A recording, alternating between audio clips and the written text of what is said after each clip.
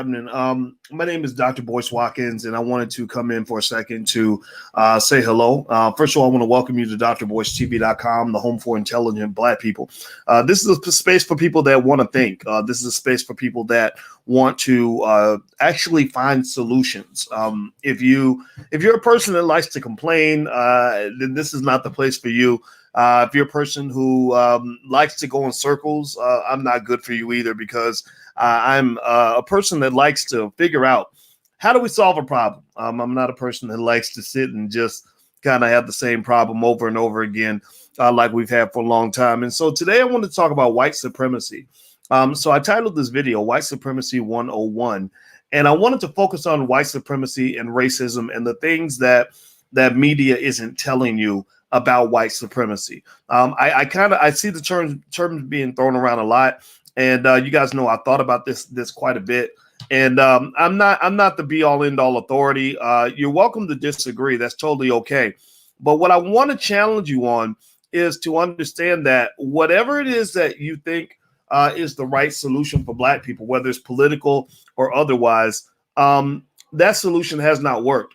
Now I know you guys you can't hear me on Instagram. Okay, so I'm gonna go ahead and shut my Instagram down. My Instagram's the real Boyce Watkins. I don't know why why the audio's not working. But anyway, so here's the deal. So when you talk about white supremacy and all that stuff, let me know if you can hear me. Give me a yes or no if you can hear me in the chat. I want to make sure you can hear me okay.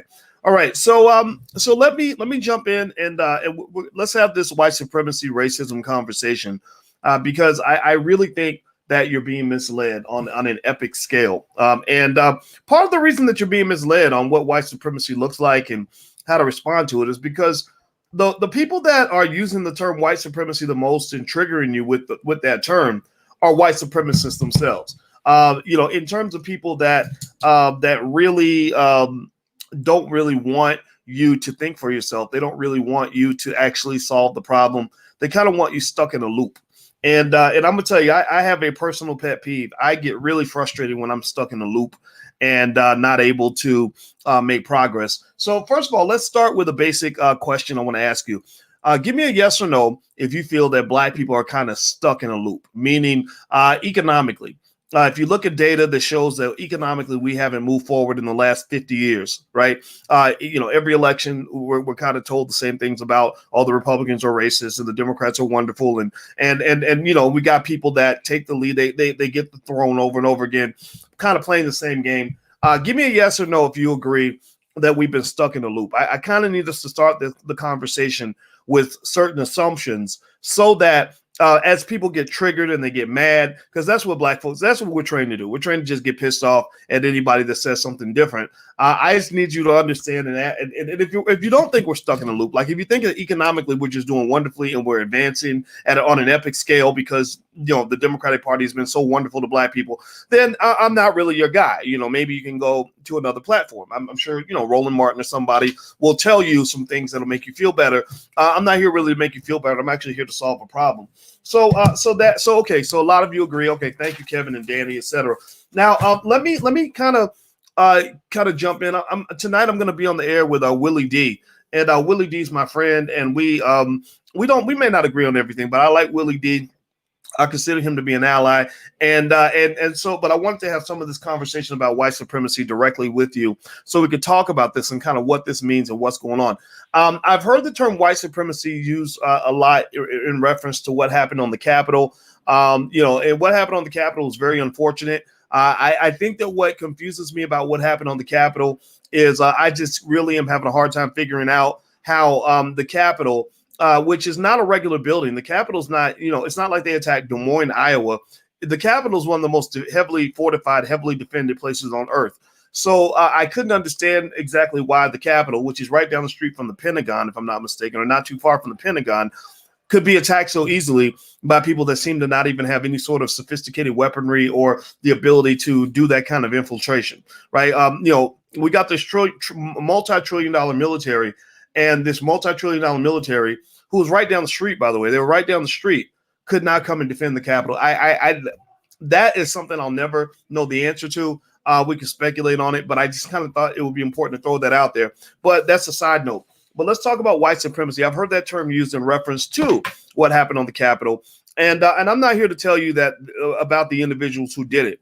I am not. I'm not here to defend what they did or to defend them as individuals because I don't know them, and I wasn't there. I wasn't there. I wasn't part of that siege. I wouldn't have been part of it. I had other things I wanted to do that day, and so. But what I will talk about is the way that term white supremacist is often used to kind of identify blackness, co-identify blackness with what you saw, at the Capitol. I will say that I didn't see people saying, we're going to attack the Capitol because we don't like black people. I saw them saying we thought Trump won the election, so we're mad about that. So we're going to go attack the Capitol because we think Trump won the election, right? But again, let's get away from defending the people who did this thing. I'm not here to do that. Let's talk specifically about white supremacy and what that means. And I'll give you my perception of what white supremacy ultimately means. White supremacy, which is linked, pretty closely to a term called racism. Racism is a system that is designed to put white people ahead of black people, right? White people ahead of pretty much anybody who's not white, right? So that's what racism is. Racism is a system. It's not somebody who doesn't like black people or or thinks you snatched their purse or gets mad or calls you the N-word at the grocery store. Racism is systematic. So white supremacy, to me, is the idea that that white people deserve better treatment than black people, that white people are better, right? Superior, supreme, that they are supreme, superior to you, and that they deserve something that, things that you don't deserve. Now, is that real? Does that happen? I do believe that that's the case. I believe that there are millions of people who believe in white supremacist ideology, who believe white people deserve this and black people deserve that. Maybe if you go to the hospital, the white doctor is going to treat the white patients different from the black patients. Or maybe in media, white superiority is kind of present, right? They control media. They feel they should control it, and they feel that you shouldn't control it. So I get all of that. I get all of that for sure. Now, what I want to throw at you, though, is a couple of ideas that you may not hear on CNN or MSNBC or even Fox News. I don't know. I don't even watch Fox, but I doubt if they would agree with this completely either. But here's the thing. I think that where we're making a mistake on white supremacy is by believing that white supremacist ideology, the idea that whites deserve something better and superior to blacks, is only held by people on the right wing. That it's only that conservative hillbilly with the Confederate flag on his truck, with the pickup, with the shotgun on the back, that wearing the cowboy boots, that he's the only one that can actually buy into a white supremacist ideology. I can tell you, as a guy I worked right next to Ice Cube when Ice Cube was doing his thing with the last election. I mean, when he went on CNN and did that interview, when CNN, at first they canceled him, then they brought him back, and after they brought him back, we talked again. We talked a couple times that day, and one of the things that we were consistently confused by, not confused, I wasn't confused by it. I think he might have been, I don't know. But one of the things that's interesting about it was that a lot of the negative reaction that he received for asking for something from black people didn't really come so much from the Republicans, because the Republicans were trying to get black votes. They were willing to pretty much give whatever to get black people to support them. It was the Democrats. The Democrats were the ones who said, we don't want to talk to you. Boy, we have no need to address you. We don't need you at all, because we've already got black people locked down. We got black people, we're able to buy the black vote for nothing. So why would we pay for a commodity that is free, right? That was the reaction that I saw from the Democratic side. And I think that's surprising for a lot of people, because they would think that your friends are the ones that are going to step up for you, when actually that's not always the case. So the idea of white supremacy is not something that is just on the right. I'm not going to say that the Republicans, I'm not here to let Republicans off the hook or to tell you what to think about Republicans. I don't care if you're a Republican or Democrat, but I'm here to help you understand that this is not that racism or white supremacist ideology, or the idea that white people deserve something better than black people, that's a bipartisan issue. They're in bipartisan agreement that black people deserve to be in the dumpster. Give me a yes or no on this question. I'm gonna ask you a simple question. So, because some people get triggered by this, they get very angry because they've been trained to defend that liberal side so much. Let me ask you this. You have a lot of cities that have been run by Democrats for a very long time. Black people have consistently voted for the Democrats. Have black people advanced economically due to Democratic leadership? Is there any measuring stick you can show me that shows black people are doing dramatically well, much better economically now because they've supported Democrats for all these years? Is there anything out there that will say that you're doing better? Well, the answer is no. If you look at black wealth is dropping. The Democrats won't even say the word reparations. Pay attention. Ask yourself how many black politicians, including in the Democratic Party, including, like I said, the black and white ones, how many of them have been talking consistently about reparations specifically for the descendants of slaves? Do they feel now pay attention now. I need you to I'm going to ask you some hard questions. This is logic. Logic runs in contrast to emotion. That's why a lot of people get upset, or a lot of people will ignore someone like me, because it's easy to get mad at someone like me. But I need you to ask this question. If someone is your friend, if somebody is really not a white supremacist, right? If somebody really believes black people deserve what we deserve, would that person have any problem paying reparations to black people for slavery? And why would a person think about this? A person who refuses to pay reparations to black people for slavery is no better than a Holocaust denier. They're just slavery deniers. Because if you know slavery happened, then you know black people got robbed. Give me a yes or no. Did black people get robbed during slavery? Did we lose wealth during slavery? Give me a yes or no. I'm asking basic questions to get basic answers so we can come to a basic conclusion that helps us to understand what has become a complex idea. Right? Did black people lose wealth because of slavery and Jim Crow and mass incarceration and the Middle Passage going back hundreds and hundreds of years? Yes or no? Have black people lost wealth because of slavery? Good. So if the answer is yes, that we lost wealth during slavery, you would expect that any group of people who say, no, we're not the white supremacists, they are, that group who says that we're not the white supremacists, like call them the anti-white supremacists, you would think the anti-white supremacists would be the first ones to say, we believe you should be compensated, and we will compensate you now. We will make sure that that's taken care of. Right? Okay. Given that that's the case, have you seen this from the Democratic Party? Has the Democratic Party made reparations into a leading issue in their party? Has Kamala Harris said, you know what, we need to specifically ensure that we address black people in order to make things right, make things whole, show them that we see them as our equals, that we do not celebrate white supremacy over here. Right. Exactly. So what my point is to say that white supremacy, if you want to call it that, right, or racism, whatever you want to call it, that's bipartisan. That's coming from both the Democrat and Republican parties. And the reason I had to make that point is because I see the white supremacists, when a white supremacist is constantly saying, look at those white supremacists over there, that's kind of terrible. That's like a thief saying that Negro keeps stealing your money. And the thief has his money in his hand in your pocket the whole time. They're robbing you while they're constantly pointing over at somebody else and saying he's stealing your money. He's stealing your money. That's a con game. But it works on people who aren't that smart, or people who live in fear, or people who have bad habits that maybe it's too uncomfortable to break a bad habit. I don't know, but it's very, very frustrating for people who actually have intelligence, who can actually add 2 + 2. Here's the other thing about white supremacy that they won't talk about on CNN or MSNBC or anywhere else, is that, when you think about white supremacy, again, the belief, the fundamental core belief that white people are superior to black people, that white people deserve something better than you, right? That they deserve to live better, they deserve more money, they deserve more preference over you. It's a myth, in my view, to believe. I told you before, it's a myth to believe that only Republicans are white supremacists. We just proved that Democrats and Republicans are white supremacists. But also, it's a myth to believe that only white people can be white supremacists. If you consider the idea that white people, that white supremacy is driven by this belief that white people matter more than black people, well, I see a lot of white supremacy coming from black people.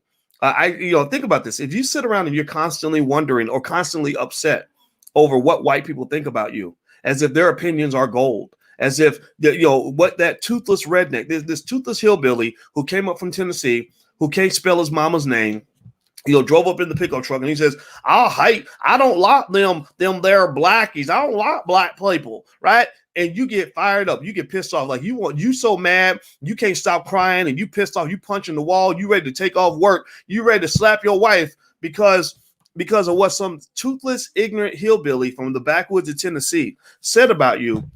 Well, why wouldn't that make you a white supremacist?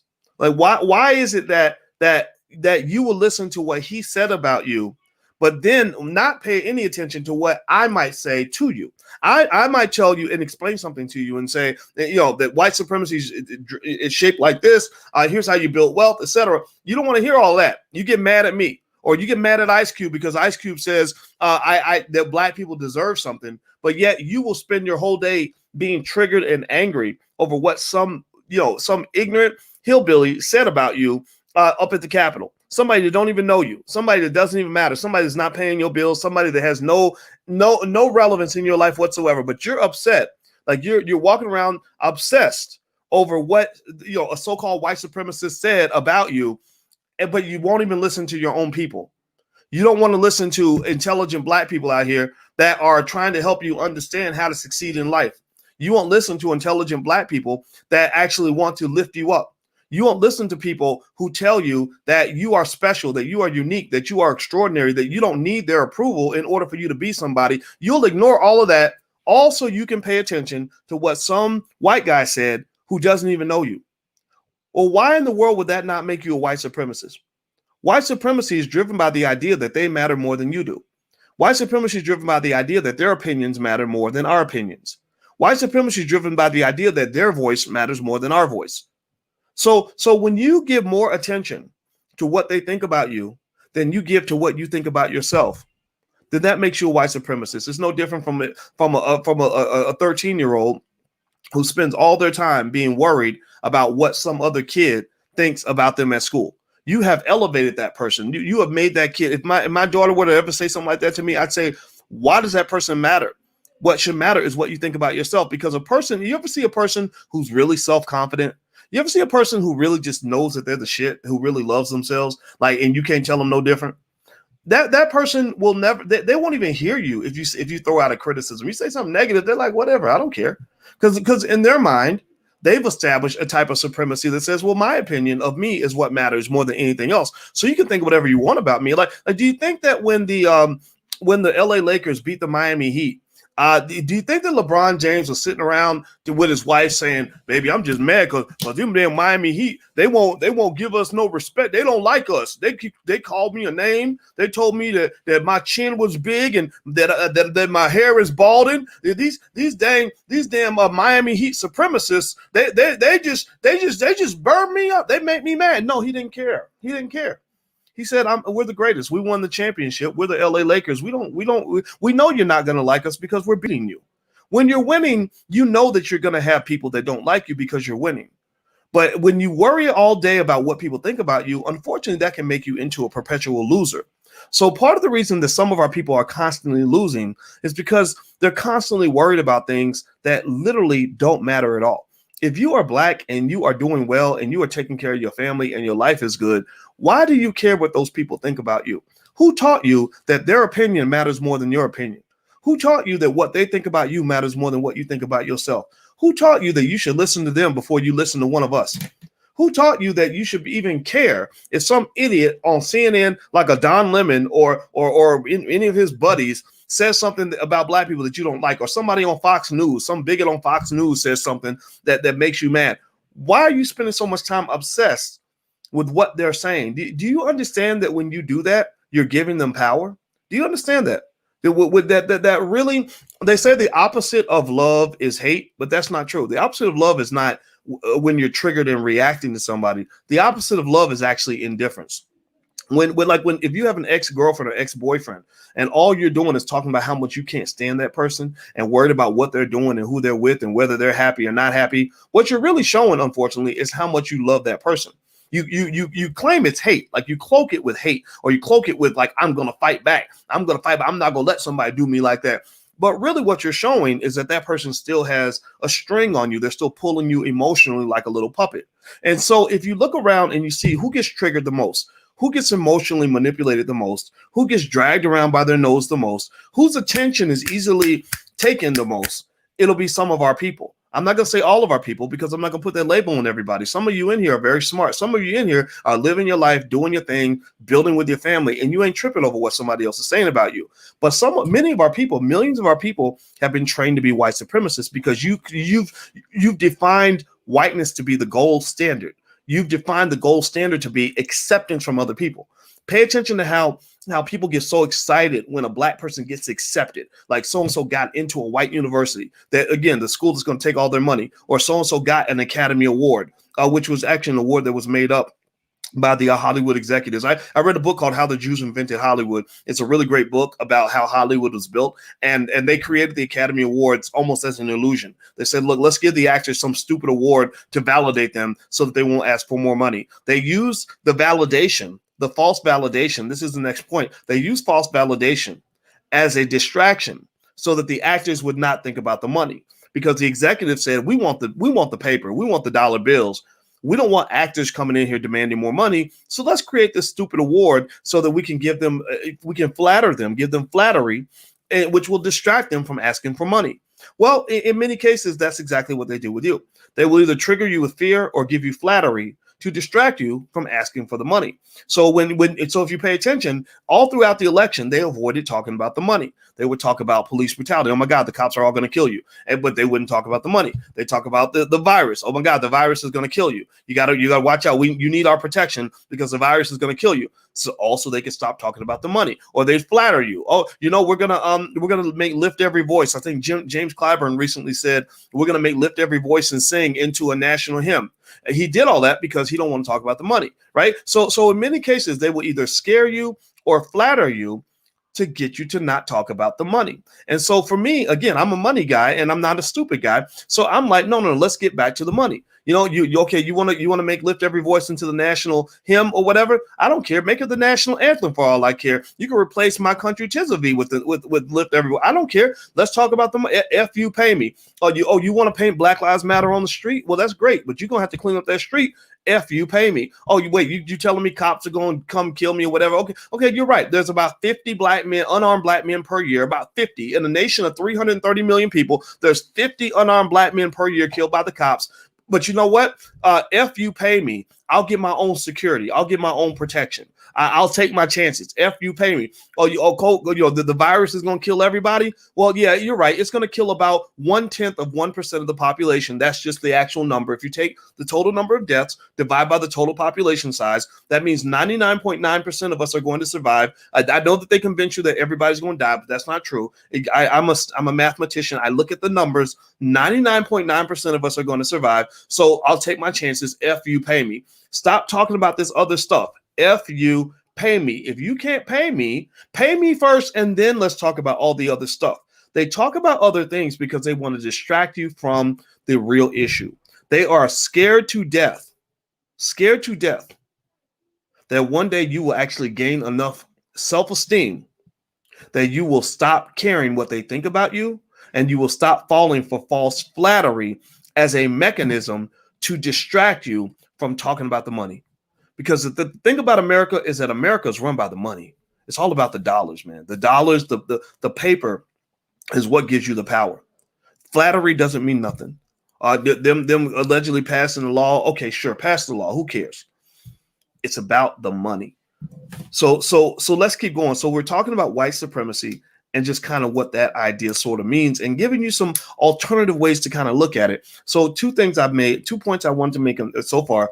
One, the Republican Party is not the only group of white supremacists. The Democratic Party, who has neglected you for the last 60 years, who has let your communities fall in complete disrepair, who won't even say the word reparations, they are white supremacists also, because they too believe that other groups deserve priority over you, direct priority over you.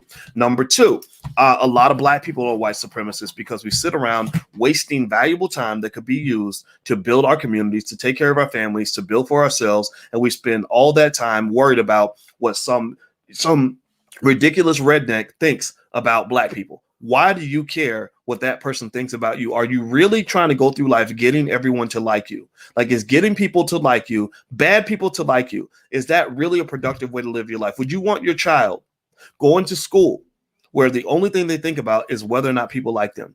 So the kid that beats them up and takes their lunch money says, well, I'll only be your friend if you give me your lunch money. Do you really want your child to be that kind of a simp and a sucker, where every day they give their lunch money away to the bully because they want the bully to like them? Right. Well, that's what we end up looking like, is that literally we will give away all of our wealth.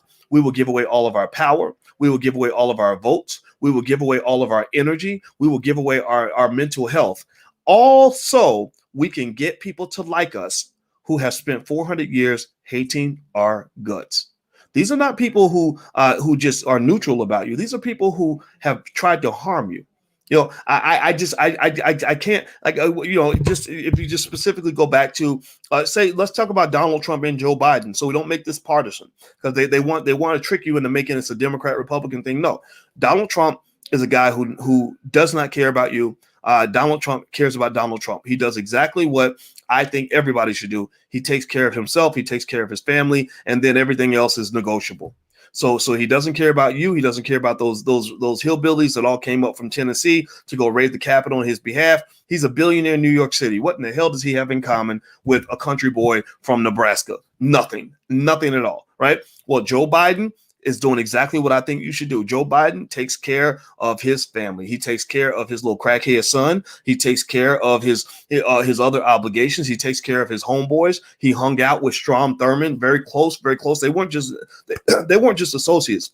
They were best buddies. Strom Thurmond, by the way, really, really disliked black people. But even that doesn't offend me, because I don't care if you dislike black people, because who cares? I don't need you to like black people. I like myself. Why am I worried about you? You take care of yours. I'm going to take care of mine. Seriously, do you think that Asian people get up in the morning and say, my God, how are we going to make sure black people have jobs today? Right? Do you wake up in the morning and say, gosh, I'm really worried about the Jewish community. I really care about the Jewish community. I hope the Jewish community is okay. Right? If you think like that, then you're a sucker. So really, it's unbelievable. And it's very childish. It's very childish that black people are the only group of people that literally go through life every day wondering if somebody else cares about us. Well, if you don't care enough about yourself, then guess what? No one cares about you. If you can't love yourself, then nobody loves you. Right. So what I'm saying to you is that when I look at these guys, you can point out everything you want to say about Trump. I don't care. I'm willing to give you that, right? Because the first trigger that I hear from people is, well, what about Trump? Trump is a white supremacist. He's a white supremacist. No. You don't understand. Joe Biden and Trump are in the same boat pretty much. Trump is a guy who makes a lot of money for his family. He takes care of the rich. He's a guy he's a narcissist. He's very selfish. He just kind of does what he wants to do for himself. He's not totally terrible. Sometimes maybe he does something good for somebody. He has a lot of black friends, but that doesn't mean anything. But that's what it is. Joe Biden also has a lot of black friends. Joe Biden also actually wanted black people to go to prison more than Trump did. If you remember, I brought up that Biden crime bill, and I really encourage you to care about yourself enough to really be as offended by the Biden crime bill as you are by what some hillbilly from Tennessee said about you, or what you think Donald Trump said about you, right? Because I think that the fact that we're not sensitive, that again, another sign of the black version of white supremacy is the fact that I can tell you that Biden sent 100,000 black men or more to prison, and you will overlook that. You will overlook that like it didn't even happen. Has anybody ever noticed that? How that black people, again, as a sign of our white supremacy, will become hypersensitive to something that white people tell us to pay attention to, but will have no sensitivity whatsoever to a Holocaust that the black community has experienced. Well, that is a sign of low self-esteem.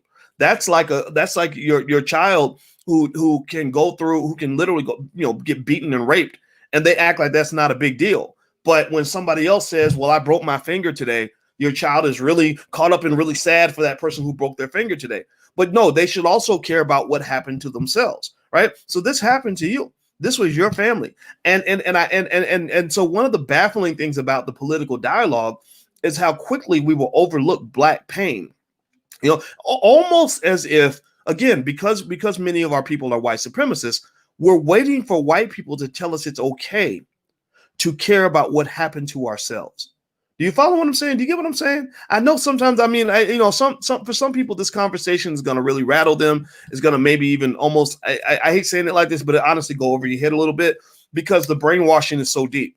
We are brainwashed to care about other people before we care about ourselves. So we are brainwashed to be white supremacists. We are brainwashed to literally be like, yeah, 100,000 black men going to prison.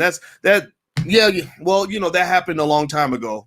But then you go, they show you one guy, the white folks in media will put one guy up on screen and say, this one guy got shot by the cops. Oh my God, this is the most terrible thing in the world. And we will cry. We will change our Facebook status update. We will go and we will all watch the funeral on TV. Like that one person's death is literally the most important thing in the world, the worst thing that ever happened in history.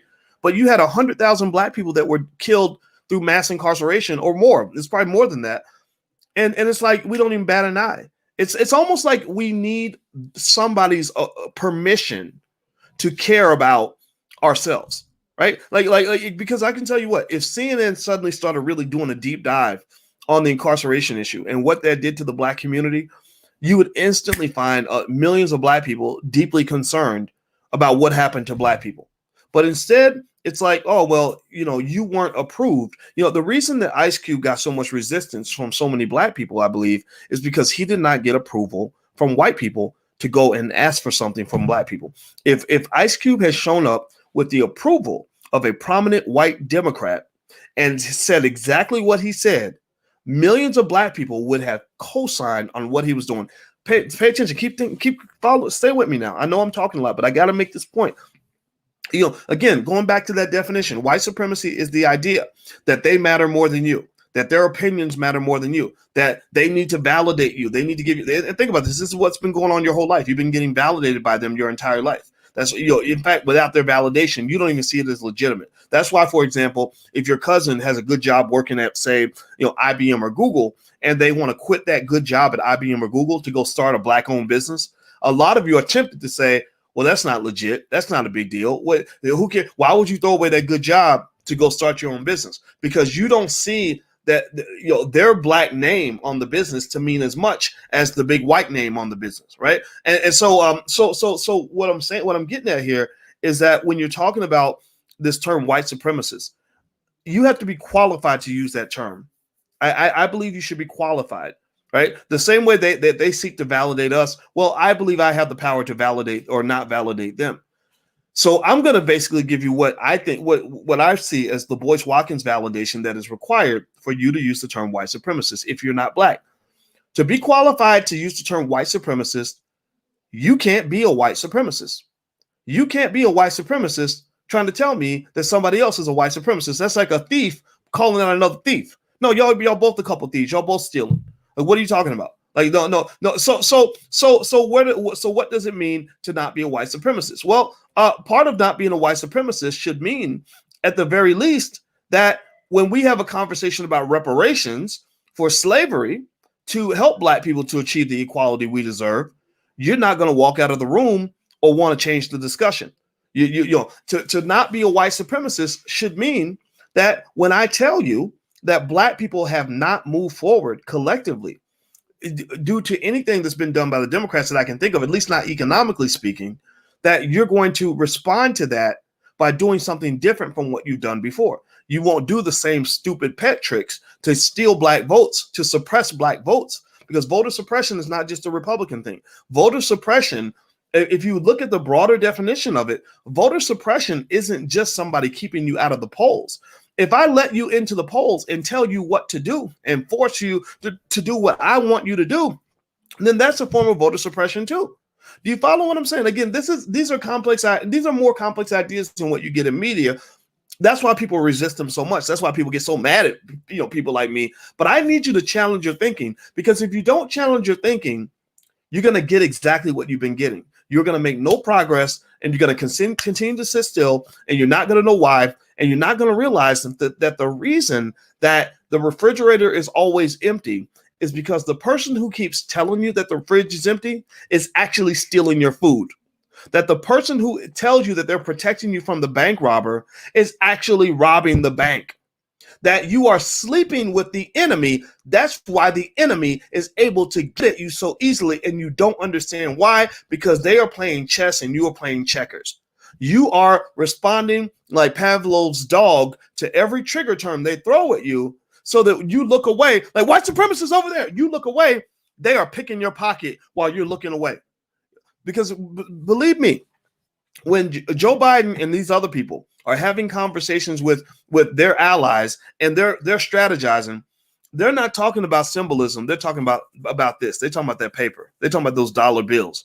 And so, but when they come talk to you, They're not going to talk to you about the money. They're going to give you the little children's conversation. The children's conversation is one that's based on triggers, symbolism, false flattery, and anything they can tell you that will get you to stop thinking about the things that the grown folks are talking about. The grown folks are talking about the money. That's why, for example, when that brother won down in Georgia, he needed $124 million to win that Senate seat down south, down in Georgia. I can't remember his name right now. Y'all have to type in the chat. He looked like a Warnock.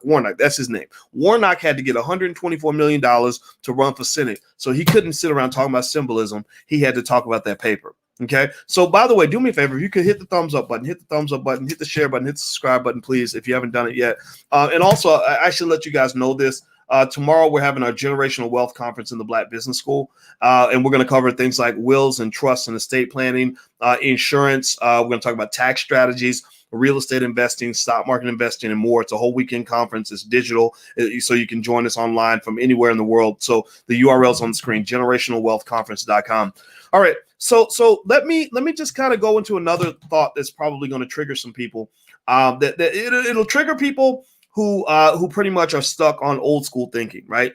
And so for those people that are triggered by my thought, I encourage you to come up with another fresh set of ideas. You have to have fresh ideas. You cannot come up with the same stuff that was used 5, 10, 20 years ago, because you know that that's not worked, right? So you can't come up and tell me that our ancestors died for us to vote for the Democrats or whatever. You can't come up and tell me that the Republicans are a bunch of racists. I don't care about that.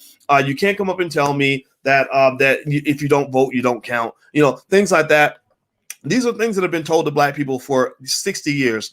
And these are the ways that Black people have been voter suppressed, trapped into supporting things that we don't really believe in, things that don't benefit us.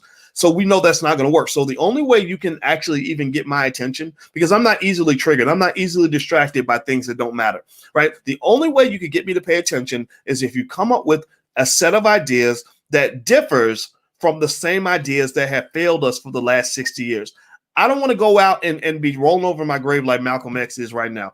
Malcolm X is a guy a brilliant guy who gave a ballot or the bullet speech in 1964 that was so on point that same speech could be given today.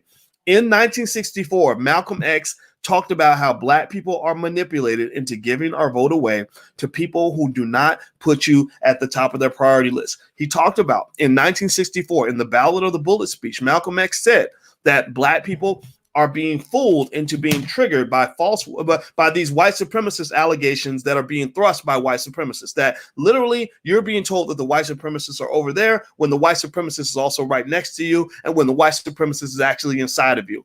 Malcolm X, 60 years ago, basically said a lot of the same things I'm saying right now. So one of the things I think we have to require is that anything that you come to me at the table, if you want to argue with me, that's fine. I don't care about that. I'm not offended by new ideas. But what I need you to do is come at me with something that is different so we can get a different outcome. Like they say, they say the definition of insanity is to do the same thing over and over again and expect a different result. Well, some of our people are insane. They're literally insane. They just screwed in the head to the point where they really think that every single election we can do the exact same thing we did last time and get a different result. So let me jump in and I'll throw one more point at you. That when you talk about this term white supremacy, when you talk about the white supremacy of the riots in DC, right? I'm not going to say that there weren't white supremacists there. I don't know if they think they're superior to me or not. It doesn't matter to me. If a white guy comes up and says, I think I'm superior to you, then I might return and say, well, you know what? I'm the original man. I think our people are superior. So there you go. We just gonna have to agree to disagree. What he thinks about me has no bearing on what I think about myself. I'm not interested in giving him a superior position in my life. I am not a white supremacist. So just because you're white doesn't mean I'm going to give you a position where your view of me is supreme to my view of myself. Oh, so that's the first thing. So the second thing, though, is that even though we can definitely say that there might have been some white supremacists in that thing that happened in Washington, I think that what you got to realize too is that there was also white supremacy fully present in the riots that occurred this summer. The difference is that in DC, you had white supremacists. If you want to talk about the white supremacist angle, you had white supremacists perhaps that were on the right. And in the summer, you had white supremacists that were on the left. If you spend time around, I have spent time in the South. I grew up in Kentucky. I've been around, backward hillbillies who didn't wear shoes and maybe they married their cousin. I've seen all of that, right?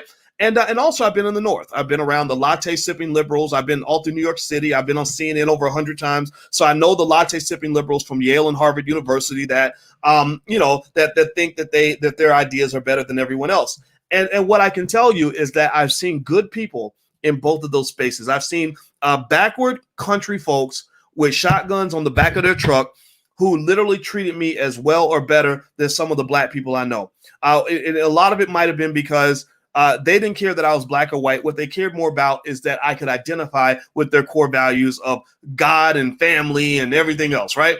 And I've also met white folks in the North who were very good people who treated me extremely well. But I've also met people in both spaces that treated me poorly. One of my most racist experiences actually was when I was at Syracuse University, where I endured a type of white supremacy that I subjected myself to, where in this university, white people were supremacy. Let's go back to that root word now. They had a superior supreme position in the institution, which meant that their ideas mattered more than my ideas. That when I'd show up saying, I want to do something for the black community, I was told that that's not as important as what they were doing for the white community. I was told, again, white supremacy, that their ideas mattered more than my ideas. This did not come from Republicans. This did not come from people on the right. This came from people on the left. Because what's ultimately true in human nature is that people are going to tend to care about themselves more than they care about other people. People are going to take care of their own before they take care of your own. Right? Give me a yes or no in the chat. How many of you would take care of your family before you take care of my family? Yeah, give me a yes or no. How many of you would take care of your kids before you take care of somebody else's kids? Give me a yes or no. How many of you would take care of your community before you take care of somebody else's community? So if the answer is for those of you who answered yes, well then obviously somebody could come along and say you are a black supremacist because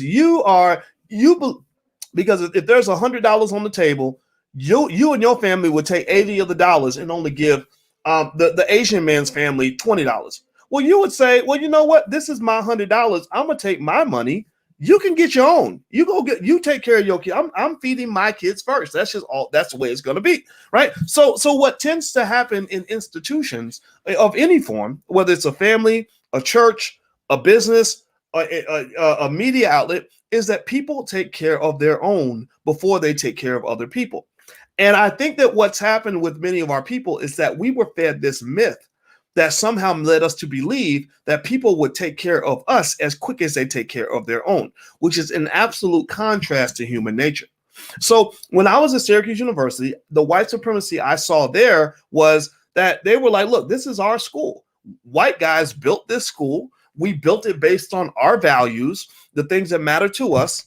And we're just inviting you in. You're an invited guest into our institution. If you want to have power to do what we do, then you got to go build your own, right? So that was what led me to create the Black Business School. In the Black Business School, Black people are first. We are B1 every day, all the time, right? It doesn't matter what you believe or where you come from, if you're Asian, white, or what, nothing against you. But in this space, the Black community is what matters most. Right. So if I'm going to get mad at them, I should get mad at myself. I'm not going to get mad at myself, so I don't get mad at them. You got yours, I got mine. Ownership is the key. That's the point I'm getting at. And the white supremacy that I saw in Kentucky, which again, I subjected myself to that because I was trying to get into their companies and their institutions and rise to the top of their ladder. It was a different kind of white supremacy where, if the white guy runs, he runs the auto repair shop, and I go in and I work at the same shop as his son, he's going to promote his son over me, even if I'm better at fixing cars than his son is. The local government Black people only got certain positions in local government if they were pursuing the agenda that was set by the guys at the top who tended to be white. When I was at University of Kentucky, we always knew whenever they promoted a black person, we were always suspicious of that black person because we knew that black person only got that promotion because they're going to do whatever the white people above them were telling them to do. It would be rare that a black person would come in and say, I'm going to put black people first in this big white university. That never worked. That person would get fired very quickly. So what I would say to you is that when you talk about supremacy, white supremacy, I encourage you to consider, think outside the box and realize that, first of all, some of the white supremacy that's out here, you don't actually have to acknowledge it or submit to it.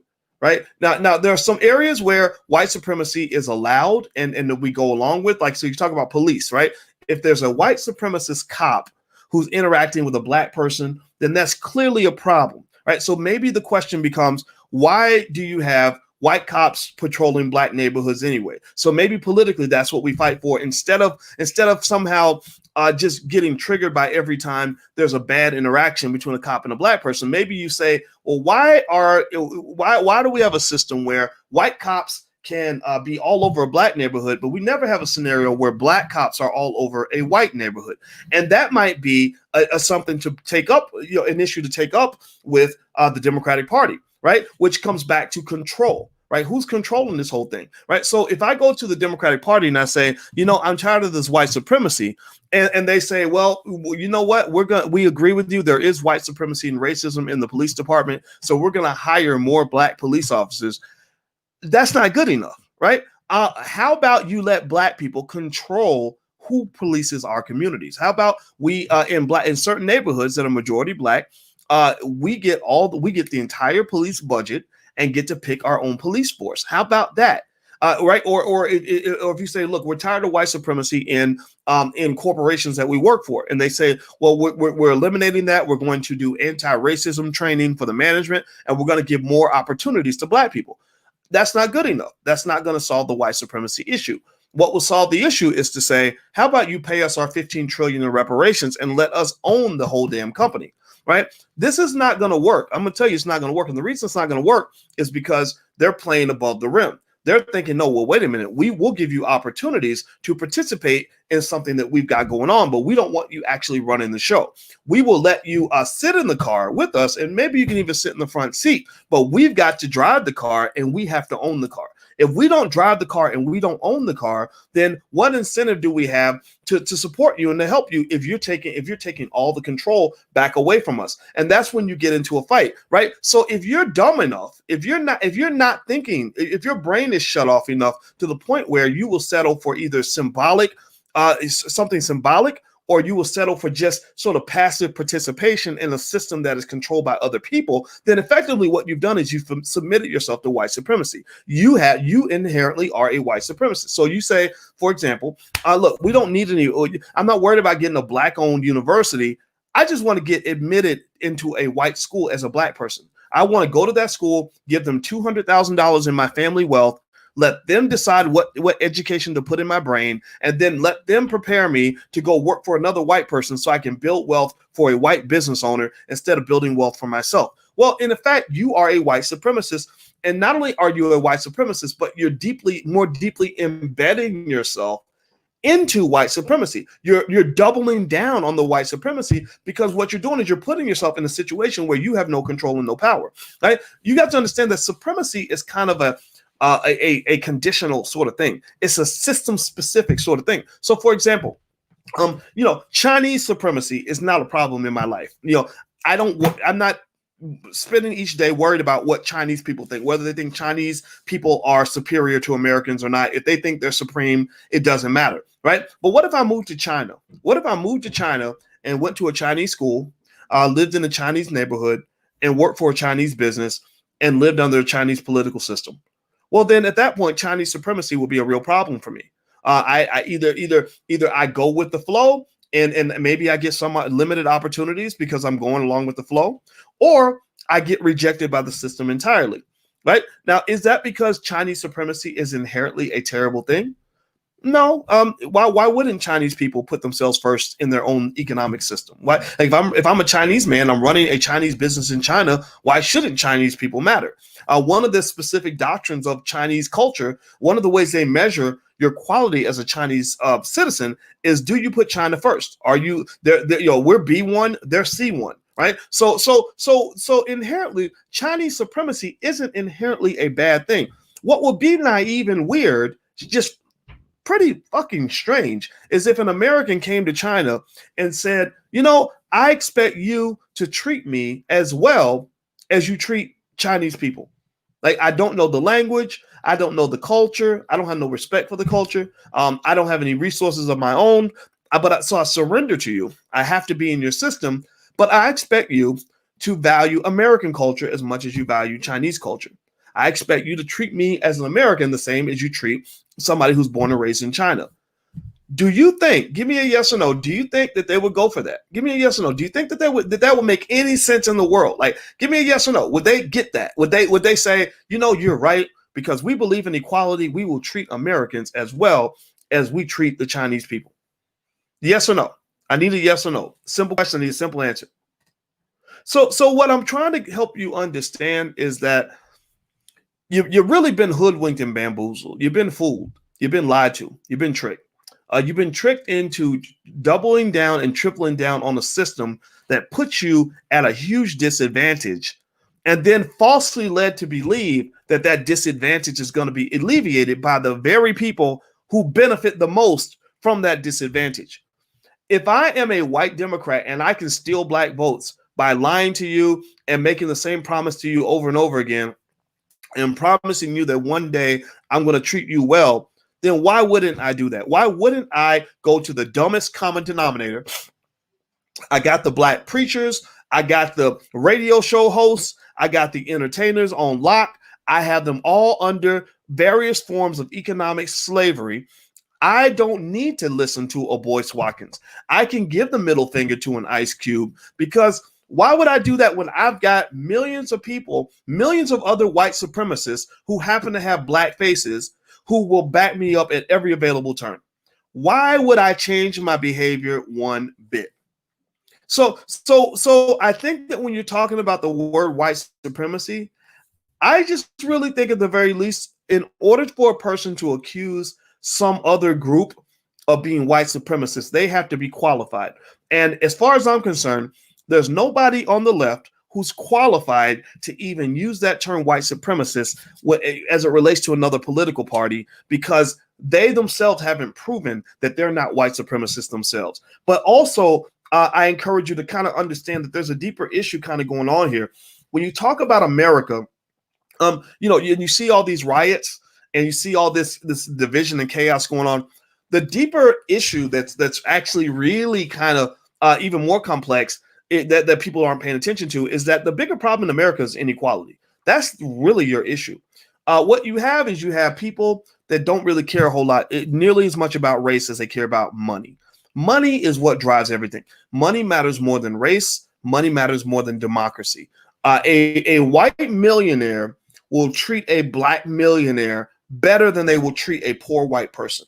That's just a fact. When Robert Smith, the billionaire, or Bob Johnson, the billionaire, gets with his billionaire white buddies, they're sure, maybe there's a little bit there because of race or whatever, but they're going to treat him well. Like, oh, it's billionaire to billionaire. Like, we're both part of the elite. We're both part of the 1%. They're going to, you're going to get treated well.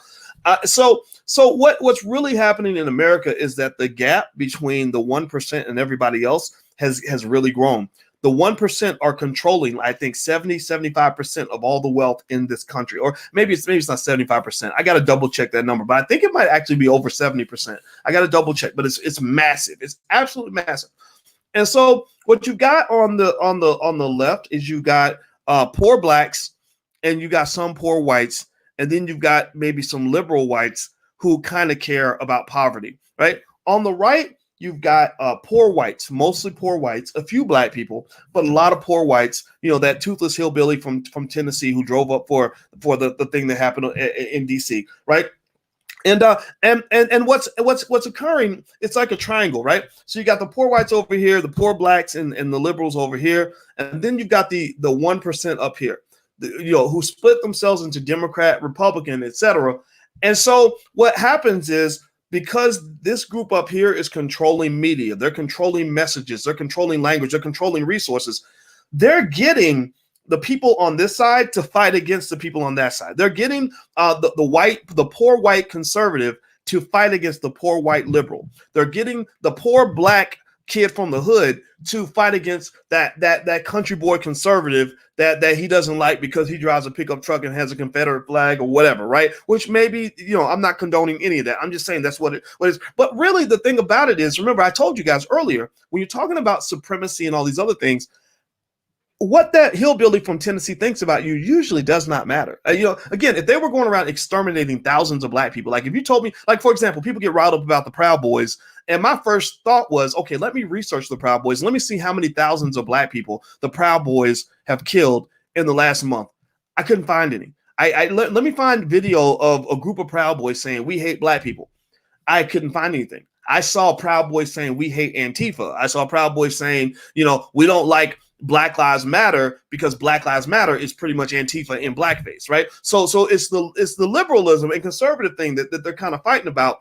I don't really see as much racial stuff in there, right? But it doesn't mean it doesn't exist. It means it's hard to see. I don't really see that. So what I really see, though, is I see the elite kind of manipulating narratives to get poor people to fight against poor people. So the best way to describe it is like this. Somebody told me this joke. Actually, Yvette Carnell told me this joke back when me and Yvette used to be friends. I don't know why we aren't friends anymore. I wish Yvette would call me because I'd love to figure out why she was so mad at me. But it's okay. It's okay. I don't think Yvette's a stupid person. She told me this joke one time that I thought was really funny. She said there was at a table, there was a rich guy, a poor black guy, and a poor white guy sitting at a table, and there was 10 cookies on the table.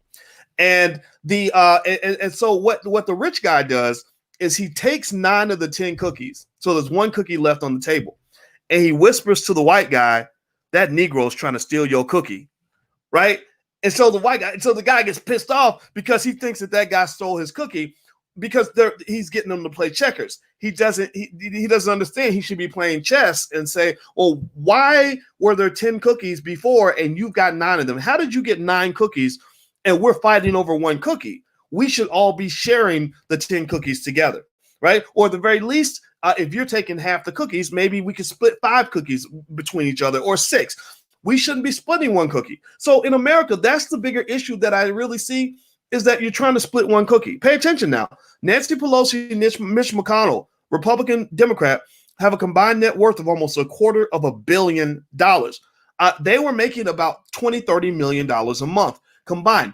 They did during the pandemic, they weren't struggling financially. When the governor of Illinois shut down the whole state and shut off everybody's job, he got on a private jet with his family and flew down to their mansion in Florida. Because the thing is that they will put you through things that they would never put themselves through. They will send your child to war and never send their own kids, right? They will tell you that a $600 check should be enough when they can't even imagine living off a $600 check over a 6, 8, 9 month period. So the reason you're seeing protests and all the chaos in America now is because you've got a bunch of people who've been starved out, left to suffer, and also they've been kept home from work. So all they have time to do is sit around and reflect on how pissed off they are. Right. A lot of people are doing things now that they didn't do before the pandemic, because before the pandemic, they went to work every day. They had a sense of purpose. They had things going on. Right. So even people, even our allies, like somebody like an Ice Cube. I believe, again, I got to ask Cube this, but Cube, in fact, he actually said this when Ice Cube came on the channel. He said that before he was busy out touring, he was out doing stuff, and then the pandemic happened. He's stuck at home. That's when he had time to reflect. And so he's looking at the black community and he's thinking that all these things that he thought black leadership was taking care of weren't being taken care of. So he said, I'm Ice Cube. I'm world famous. Let me use my power for something that's going to benefit black people. that probably wouldn't have happened had it not been for the pandemic. No, so the darker side of that, though, is you had that person who worked in the factory, or they had the job down at the daycare, or they worked at Applebee's, and they were making enough money to get by. And so even though the system was rigged and unfair, they were still able to be okay in that system. They had a sense of purpose. They had something to do. And now you shut down that job. They have no income. Which has caused some of these people, their lives have crumbled because of it.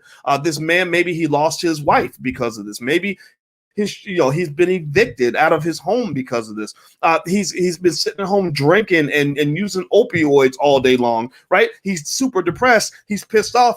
Well, that's the recipe for revolution. That's when you have people rioting in the streets, because you push people to rock bottom. Americans, for the most part, have been pretty calm and docile when it comes to kind of protesting in the street, burning things down, busting windows. The French are more likely to be revolutionary than Americans are. And the reason Americans are not all that radical in general is because we live pretty good. We have a decent amount of wealth, and people have something to do. But when you took all that away, suddenly you have people that are ready to get arrested. You have people that are ready to get shot for what they believe in. They're ready to go out and burn something down and tear something up. And that makes me really sad. And if you want to know my prediction on where things are going to go in this country, I believe it's going to get worse.